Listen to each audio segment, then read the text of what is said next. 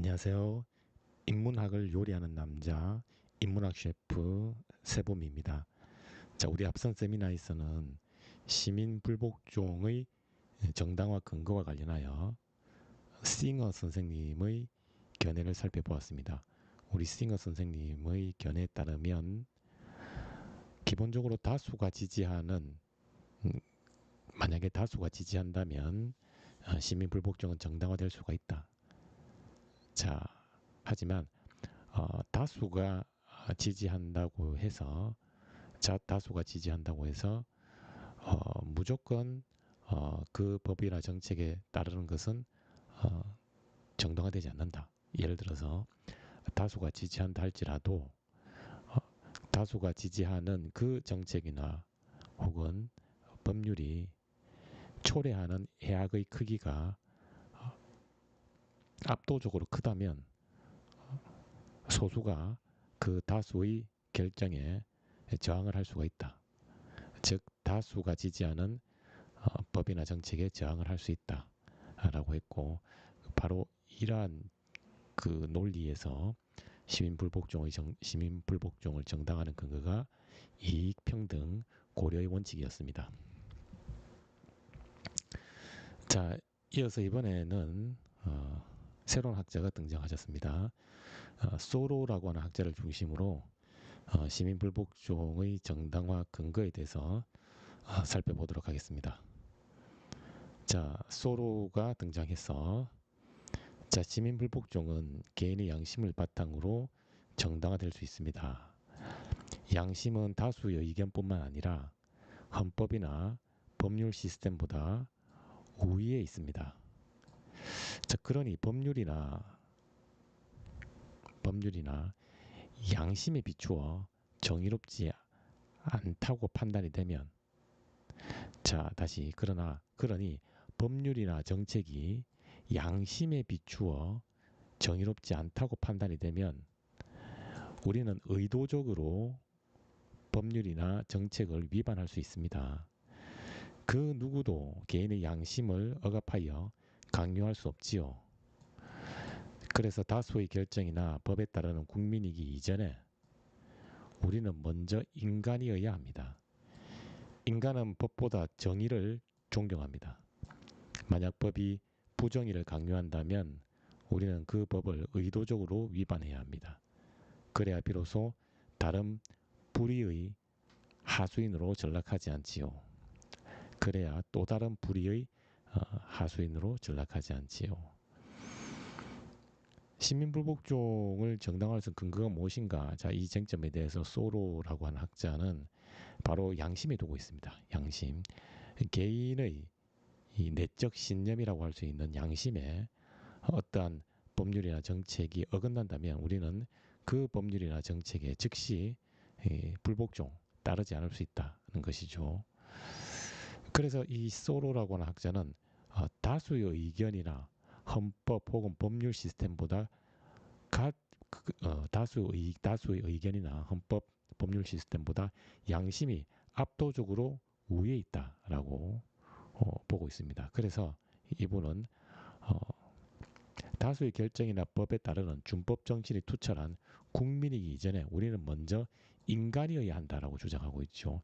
이때 인간이라고 하는 것은 어떤 국가라고 하는 법률 시스템에 따르는 국민으로서의 인간이 아니라 개인의 양심에 따라서 행동하는 존재로서의 인간, 이렇게 볼 수가 있습니다. 자, 이어서 소로 선생님은 미국에서 성인에게 일률적으로 부과하는 인두세를 납부하지 않으셨어요. 그리고 1846년 소로 선생님은 현행법 위반으로 감옥에 투옥됩니다. 혹시 이 사건이 시민 불복종에 대한 소로 선생님의 입장과 관련이 있습니까?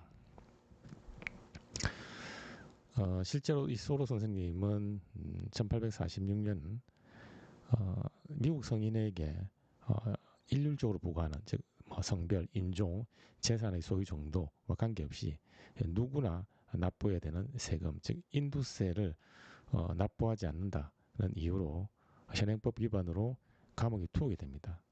사실상 소로 선생님은 의도적으로 이 인두세 납부 법안을 위반하고 스스로 감옥에 투옥되기로 자처를 한 것이죠. 앞서 우리 시민불복종의 정당화 근거 중에 하나가 법에 대한 존중심. 우리 롤스와 관련해서 롤스 선생님의 의견에 따르면 법에 대한 존중심을 바탕으로 즉 현행법 현행법을 의도적으로 위반하면 법에 대한 존중의 태도로서 그 법에 대한 현행법 위반에 대한 처벌을 감수한다고 했습니다. 실제 우리 소로 선생님도 현행법 위반에 대한 그 법적 처벌을 감수를 하고 있죠. 그래서 소로 선생님은 감옥에 투옥이 됩니다.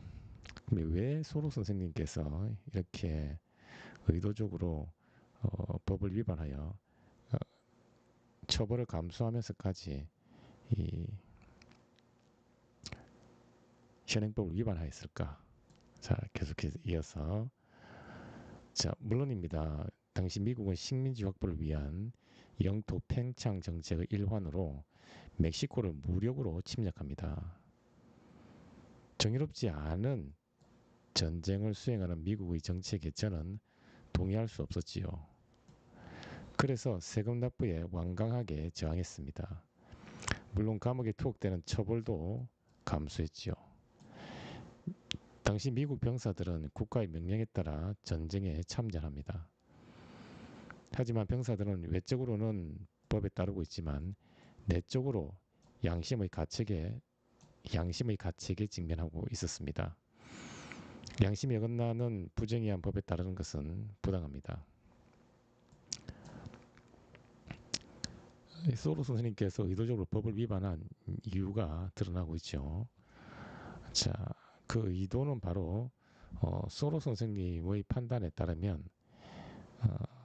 당시 미국이 이 영토 팽창 정책의 일환으로서 멕시코를 무력으로 침략을 하게 됩니다.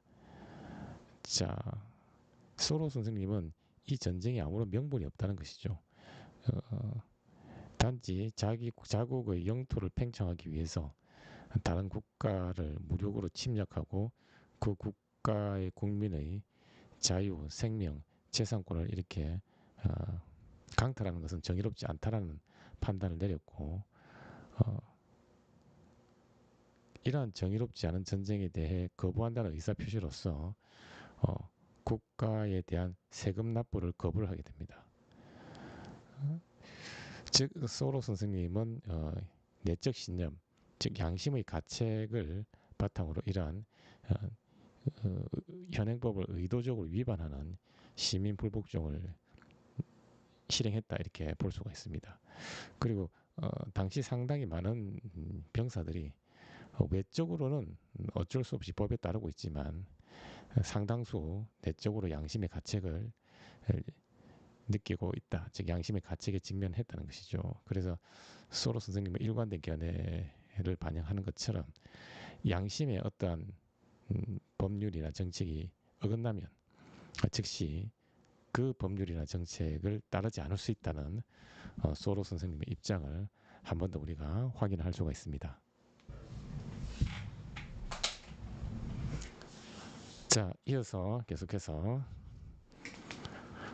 자, 결국 시민불복종의 정당성 여부를 결정하는 것은 양심에 달려있는 셈이지요.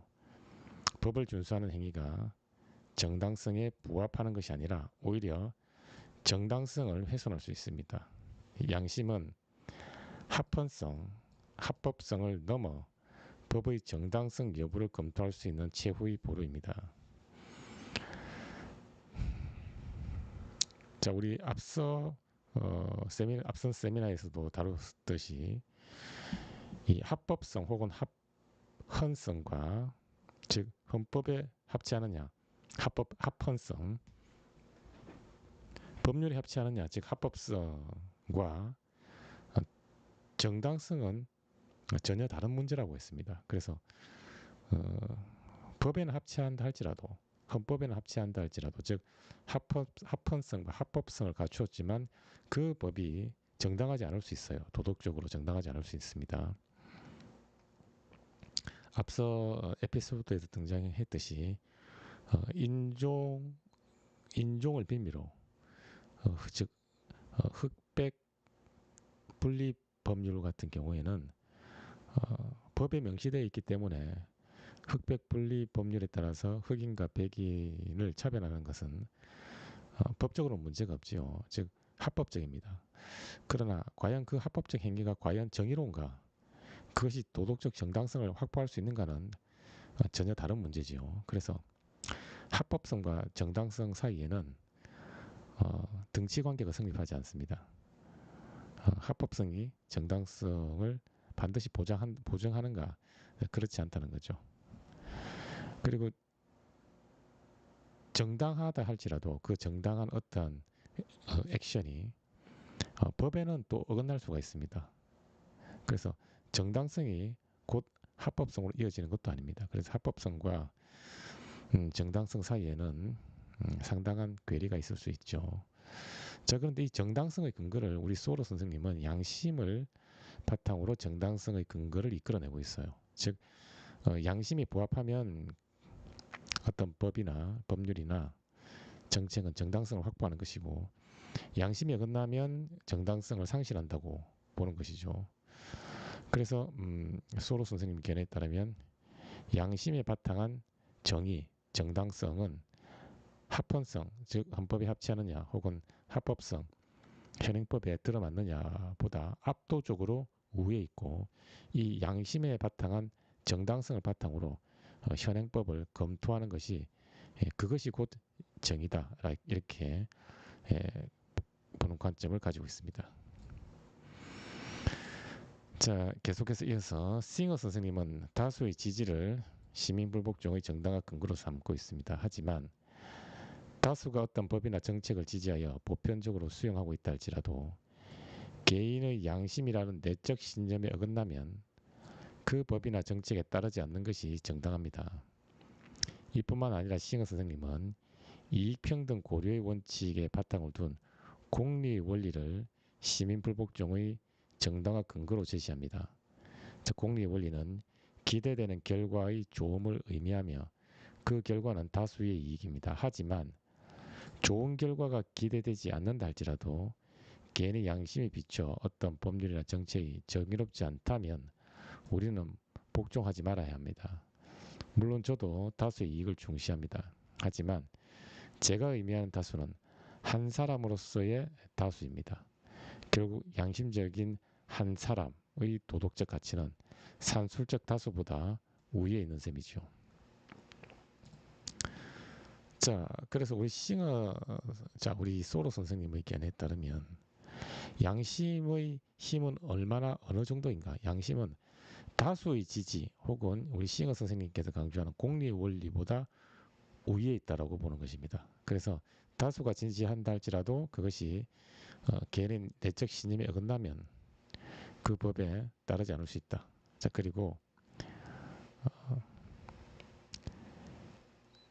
공리 원리에 근거하여 다수에게 이익이 기대되는 결과라고 할지라도 그 법률이나 정책이 양심에 어긋난다면 다수에게 이익이 기대되는 결과라고 할지라도 우리는 따르지 않을 수 있다는 것이죠. 그래서 시종일관 이 싱어 선생님은 다수의 지지나 혹은 공리의 원리보다 양심을 가장 우위에 두고 있고 양심에 어긋난다면